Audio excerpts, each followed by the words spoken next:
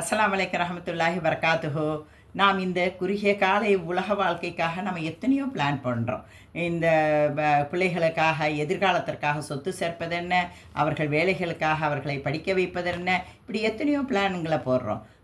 இப்போ யோசித்து பாருங்களேன், நான் உங்கள்கிட்ட பேசிகிட்டு இருக்கிறேன். ஒரு நிமிஷத்தில் எனக்கு மவுத் வந்து விட்டால், என் கண்கள் மூடப்பட்டால், என்னை தில்தாதிமா என்று கூற மாட்டீர்கள், மையத் என்று கூறுவார்கள், ஜனாசா என்று அறிவித்து விடுவார்கள். அதனால் நான் இந்த வீட்டிற்காக இவ்வளவெல்லாம் நான் செய்திருக்கிறேன் அப்படின்னு சொல்லி என் பிள்ளைகள் பாய் போட்டு என்னை தலகாணி போட்டு என்னை குடியே வைத்து கொள்வார்களா? இல்லை. எனக்கு இந்த வீட்டை விட்டு மறுவீடான ஹபரில்தான் போய் அடக்குவார்கள். அந்த ஹபரானது மிகவும் தனிமையான, இருட்டான, பயங்கரமான வீடு. அங்கே தான் நமக்கு முதலாக கேள்விகள் ஆரம்பிக்கப்படும். முன்கர் நக்கீர் நம்மளை கேள்வி கேட்பார்கள். அவ்வாறு கேட்கும்பொழுது நாம் பயப்படுவோம். அந்த இருட்டை பார்த்து நாம் பயப்படுவோம். அப்பொழுது யோசிப்போம், நமக்கு யாராவது சிபாரிசு செய்ய மாட்டாங்களா? நாம் செய்த பாவங்களுக்காக, தவறுகளுக்காக நமக்காக யாராவது வாதாட மாட்டார்களா அப்படின்ட்டு நம்ம யோசிப்போம். நபிகள் நாயகம் ஸல்லல்லாஹு அலைஹி வஸல்லம் அவர்கள் கூறியதாக அபு ஹுரைரா ரதியல்லாஹு அன்ஹு அவர்கள் அஹ்மதி என்ற நூலில் இவ்வாறு பதிவித்துள்ளார். 30 ஆயத்துகள் கொண்ட ஒரு சூறா உள்ளது.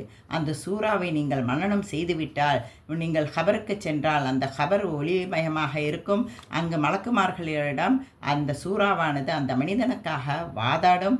மறுமையில் அல்லாவிடம் அது சிபாரிசு செய்யும் என்று கூறிய பதிவிட்டு இருக்கிறார். அந்த சூறாவானது பிஸ்மில்லாஹிர் ரஹ்மானிர் ரஹீம், சூரா முல்க், தபாரக்கல்லஸி பியதிஹில் முல்க் வஹுவ அலா குல்லி ஷையின் கதீர் என்ற இந்த சூறா ஆரம்பிக்கிறது.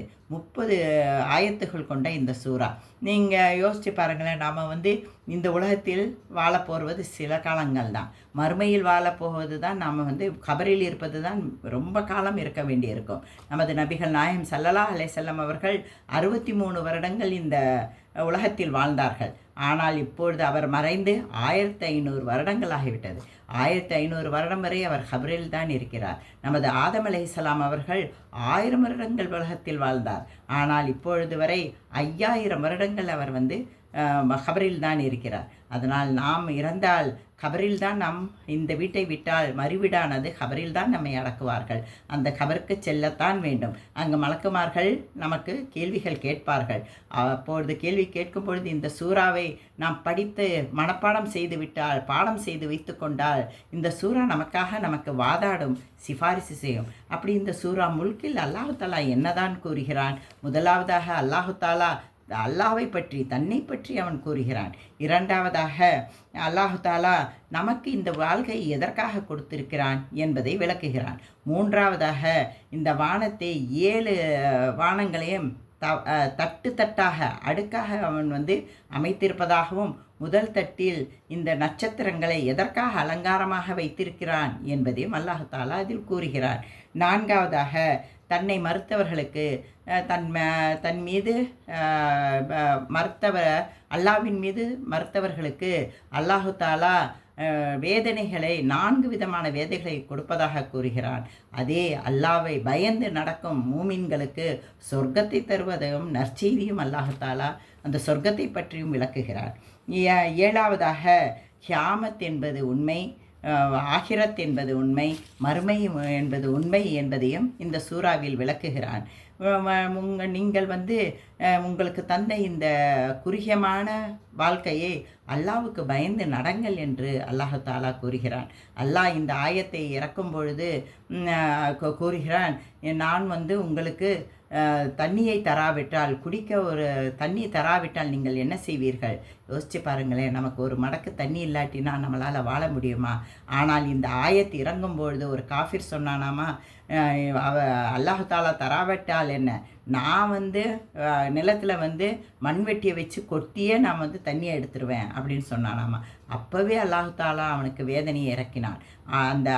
அந்த மனிதனுடைய கண்களில் உள்ள தண்ணீரை வற்ற வைத்து அவனுக்கு பார்வை இழக்க செய்து விட்டார். நாம் இந்த சூறாவை மனனம் செய்ய வேண்டும். மனனம் செய்தால் அல்லாஹு தாலாவின் கருணையால் நமக்கு இந்த கபரின் வேதனை இருக்காது. நமக்காக அது சிபாரிசு செய்யும்.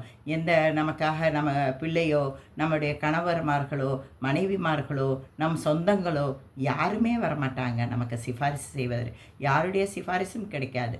குரானால் தான் நமக்கு சிபாரிசும் ஒளியும் கிடைக்கும். அந்த குரானிலும் சூரா முல்க் என்ற இந்த சூறாவை இரவில் நீங்கள் ஓதி படுத்தால், தூக்கம் என்பதே ஒரு சிறு மவுத் தானே. நீங்கள் அந்த சமயம் நீங்கள் படித்துவிட்டு தூங்குங்கள். நபிகள் நாயகம் ஸல்லல்லாஹு அலைஹி வஸல்லம் சூரா முல்க்கும் சூரா சஸ்தாவும் படிக்காமல் தூங்குவதே இல்லை.